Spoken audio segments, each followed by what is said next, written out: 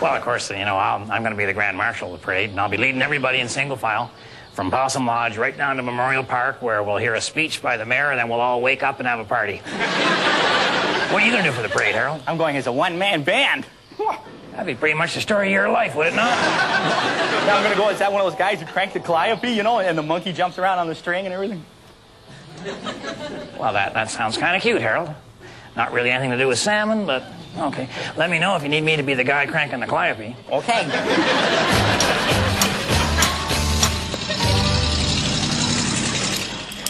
99 bottles of beer on the wall, 99 bottles of beer. I don't care what anybody says. It's my den, I'll decorate it the way I want.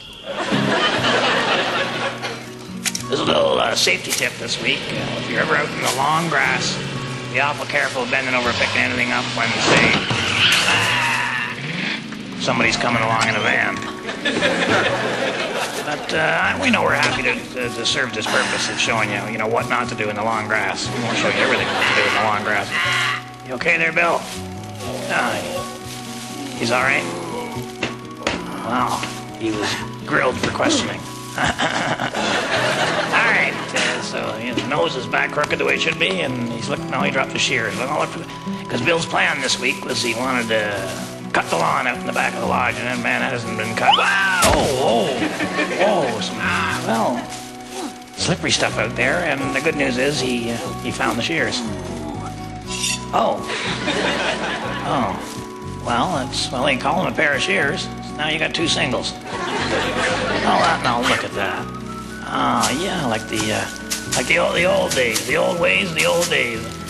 Well, that brings back a lot of feelings from my granddaddy. Oh, look at that! I remember that. The scythe, the old scythe, sickle scythe, sickle. No, Bill, you don't go. Oh, careful. Boy, she's in the clay here, so sticky, and give her a good horse there. Oh, the blade is. No, Bill, there's no blade on that, Bill. The blade's, well, it's missing, but it'll be back in a minute there, Bill. Just stand about right there, hold your arms out. Yeah. There it is. Yeah, come out of the sky, Bill. Yeah. That blade come out of the sky. Yeah, come out of the sky. Yeah, yeah, that's right. Yeah. No, it's too late now, Bill. It missed you. So now he says, all right, let's mechanize the thing. This is a gas lawnmower, and these darn things, a lot of times they take 700 or 800 pulls, but Bill's got that figured. What he did is he put a real long pull rope on that thing. There we go. And get her going. Yep. One more. Yeah, that's it. Oh. My golly, it's one of those self-driven ones. Excellent. We'll catch you later, Bill. Well, that didn't work out, so then he brought out one of them electrical. Now, to me, the electric mower just doesn't have the power of the gas. No, Bill, I don't think. Bill, it's just not, they just, wow, yeah. Zack. That's not going to do. Now, what are we going to do? Oh, look who's coming through. Yeah, we'll wait here, Bill. What's he gonna do? Taking the handle off. What do you want the handle for, Bill? It's already got a handle on the electric one. You don't need. Oh, for gosh sakes. Okay. Gonna mount the other handle on there, and you got a handle on each end, and now we can pick her up, and that way we can cut the higher. Oh, of course, yeah. So I flick her on there, and this is. But instead of the thing coming down, it actually started going up. Now, let her go, Bill. Let her go. Bill, Bill, hang on. And the wire's not, I think, you gotta think fast. I'll just unplug that. Maybe that'll bring them down. Is there a chance that that's gonna bring them down? Is there? Yeah, I did it. And he's okay. Gosh, we haven't cut a lot of the lawn yet there, Bill. You all right? No, we're over here. There you go. He seems okay. So we won't cut the lawn. We'll just flatten it. This next part of the show is for all the kids who watch, and they tell me there's a lot of you. But I think by the end of this segment, there may not be any. Hi. Welcome to the youth-oriented portion of the show, or as we like to say in the biz, the interesting part. I'm Harold, and today's topic is stag dancing. Okay, stag dancing. You know, not this kind of stag, not like a male deer or something, but like a stag dancing. Okay, stag dancing is perfectly acceptable as long as nobody knows. Harold, no one knows and no one cares. Au contraire, Uncle Red, au contraire. You see, because we single teens are always looking for ways to fit in and be accepted. So here's the secret to stag dancing. If you see two girls at a social function and they're dancing together, as girls so often are apt to do. But anyway, what you do is you just sidle on up in there and you start dancing right with them. You know, and from the casual observer's point of view, he'll think you're a real stud. That's spelled D-U-D. Anyway, the same deal goes if it's a guy and a girl dancing. You just get in there real close, and many observers won't even see the guy. Yeah, but what about the observers who can't see the girl? They'll think you're dancing with another guy, Harold. Well, avoid the slow songs. No kidding.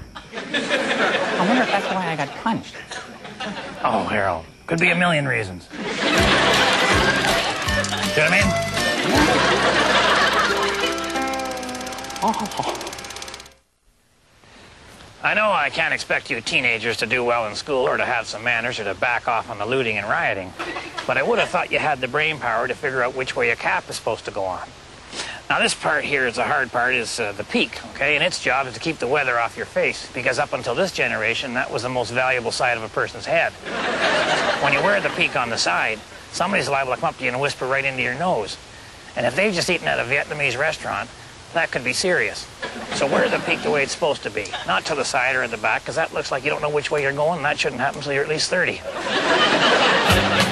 I was hoping Dougie Franklin would lead the parade with his monster truck, but he had other plans. He wanted to turn this old car of his into a great big fish. Right this. Yeah. Put this in here like this. A little bit of spot welding. Yeah.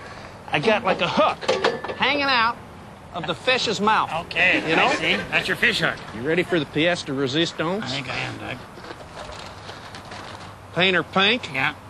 Hanger on there. Yeah. What do you got? Worm? You got your worm. Absolutely. Oh, So I'm thinking, well, I think maybe Harold could drive old Zelda here. No. Oh, thanks anyway, Doug. I mean, Harold doesn't even have his driver's license. You don't need a driver's license for a parade.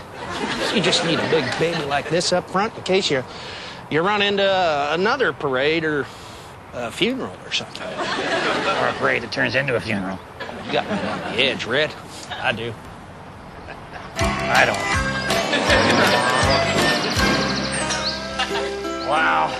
This whole Salmon Parade thing ran into a few snags.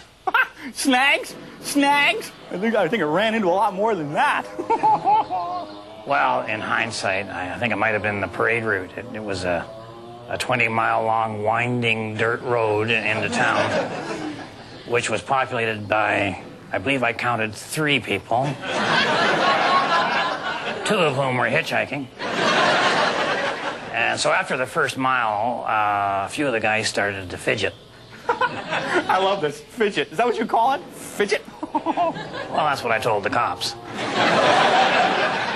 It started when Junior Singleton tried to pass Stinky Peterson because he couldn't stand the fumes coming off his truck, or the fumes coming off his shirt either. And so then Junior and Stinky started to jockey for position, and then, of course, old man Sedgwick, didn't want to be lapped, and at that point it got a little out of control, and the whole parade kind of sped up a tad. Yeah, I think when you broke the speed limit, it technically no longer was a parade. No, and of course a lot of the floats were built for the slower speeds. So the plywood and the cardboard started flying off. And, pretty soon it was more of an obstacle course, motocross kind of a thing. And then when Stinky Jr. and Moose all came slamming into that one-lane bridge over Mercury Creek there, it sort of became a demolition derby thing. Yeah. Anyway, all insurance claims aside and everything, I think it came out pretty even, but of course we could no longer make it into town, so I canceled the Salmon Parade. You had to. You had to cancel it. After the crash, all the gas, oil, and transmission fluid that hit Mercury Creek, the salmon saw it, did a quick 180 back to open water. Out of there. Well, that's the possum. That means we got a meeting, Uncle Red. Yeah. All right, Harold. You go ahead and go down there, Harold. And Okay. I'll be down in a minute. Alrighty. Well, usually I love a parade, but I can't say I had a lot of feeling for this one.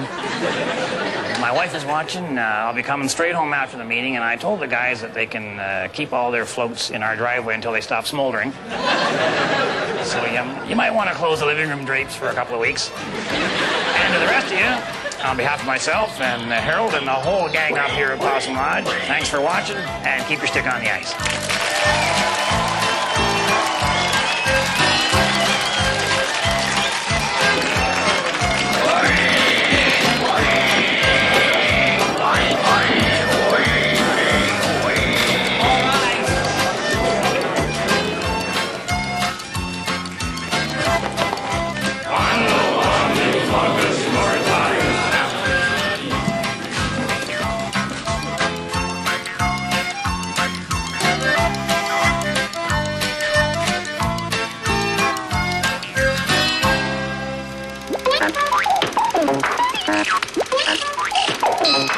Boy, this is